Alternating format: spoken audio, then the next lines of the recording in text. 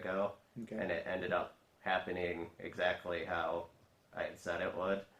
So you're kind of watching this train wreck start to repeat itself. And what's your motivation to stop it? Why? What's kind of going on with you that you're trying to help stop this mess? Well, there was a time I liked her, Okay. and when I see a situation like that, I'm starting to think of it as an indirect way of degrading myself by saying, you weren't good enough, but this person with all these issues is. Right. So. And he might not even really have issues. That might just be something that I've come up with myself. And so you've kind of like you're beginning to respond to your own internal sense, like, hey, she kind of rejected me, and now she's going with this yutz. But without even maybe realizing it, your unconscious is going to start to look for things to fault. That would make sense. Now, that being said, I mean, she drives an hour to see him, and the first thing he says, go get me food. It's like, okay, that's a little weird. It's like, that doesn't exactly say, hey, I'm glad to see you. It's like, go with her. I mean, it's sort of like you're here to, like, take care of me. It's like, So, yeah, I mean, I would be like, I'm not getting a good vibe from that necessarily. But when you're not when you're not able to think reasonably, you're being directed again more by that internal sense of what's going on.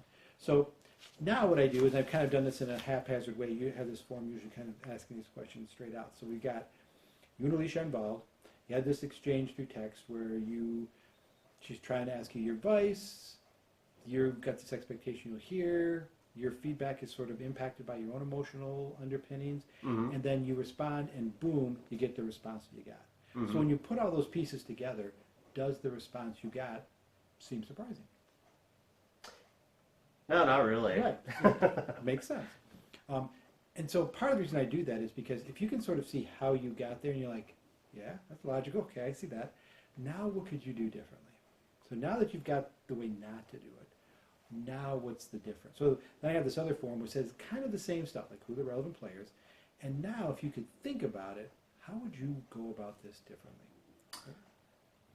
I think I would have said, if it would have been like, if there wouldn't have been the past emotions involved, I think I would have said, I'm sorry to hear that. He doesn't sound very much into you, but I don't know him that well. But I hope things work out for you in the end, or something along the lines of that. Okay, but let's factor in the emotion that you do have. So you've got this emotion, these feelings towards her. And I don't know if they're still the way they were, but there's some positive feelings. So those are going to affect you. So you're going to probably naturally be, I don't know, maybe a little jealous, maybe a little put off by the fact that you're not getting that attention. And this, again, as yutz is. How do you recognize that without letting it affect you? In my head, I want to say I would just brush off the conversation and kind of like not really pay any attention into it. Because if she wanted my time, then she could have had it before. And now she doesn't really deserve to be able to waste my time in a sense. Okay, let me throw out a different thought. Do you have, I mean, is it important to you to have any kind of friendship with her or relationship? I don't know, honestly. Like, when we're not talking about things like that, then she's funny to talk to, and it's pretty entertaining. So I think that's why I wanted to keep her around, for that. Which makes sense. So, I guess what I would think is, like maybe being able to say, okay, I'm kind of into her, and she wasn't into me, but, so I'll be a good friend. So I'll try to at least be sort of a sounding board for her. One thing I've trained myself to do, because as men, it seems like our first go-to is whenever someone comes to us to describe a problem we want to solve. And so I had to have this deal with my wife where she would tell me, this is either a shut up and listen conversation or this is I want your input conversation. And when she told me, I can do either. And so if it's shut up and listen, I'm like, sweet, no problem. Just bounce it off me. I won't say anything. But if I didn't know that, I'd be like, oh, we could do this, you could do this. And what we do when we do that to people is we're telling them, you don't have the competency to solve the problem. I do, and let me share my wisdom with you. But you can't do it without me. That would make sense. I can see how I came off that way. But so again, I think if we're not thinking about it, it's really easy. But then I think you had this expectation that you were going to impart this wisdom on her, and she was going to be okay. And another one of my strategies is I try to never go into any conversation with expectation. I say, okay, am I managing me? Am I controlling what I need to control? therefore I can respond the way I want to respond. And if it goes south, okay, I did what I could do. Yeah, I think that would have helped there if I would have wouldn't have had the expectation that I had in the back of my head. So I think if I would have stopped and thought about it for like just a moment, I could have derailed the path that I went on. Right. I mean, I think even being able to, like when she said that, it's like, that sounds a little strange. But like you said, I really don't know him. But if you want to talk more, text probably isn't the right way. Is there a better way we can do this? And give her the option. And if she says no, it's like, okay, not a problem. That's true too, because the advice I just gave my friend was actually not to text because you'll regret it later. And then I think I was able to give him that advice because that's how I felt about that situation. Huh.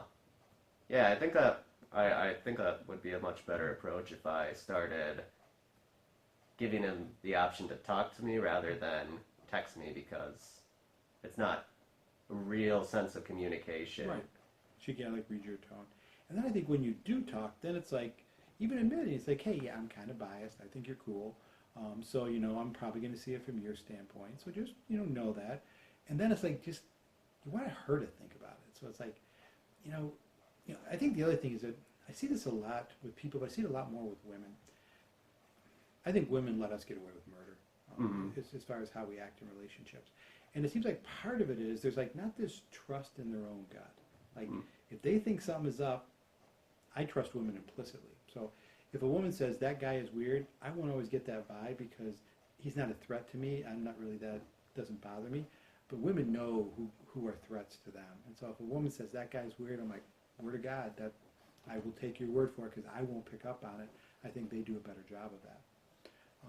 But a lot of women just don't trust their gut. They kind of they've been sort of trained, society has kind of trained them as well to not trust in them. And so it's kind of affirming her to say, you're smart, you're intelligent, how does this feel to you? Mm-hmm. Yeah, that would make sense. I think that approach would work better, definitely better than what I did. And then, I think you get more positive energy from her that way than by trying to tell her. And then I think if she really corners you, I just really want to know what you think, say, okay, here's what I think. I'm not going to try to convince you. Do with it what you will. I think that'll be my next goal, is to try to make more approaches like that rather than... I think originally I was running from issues by avoiding talking about them.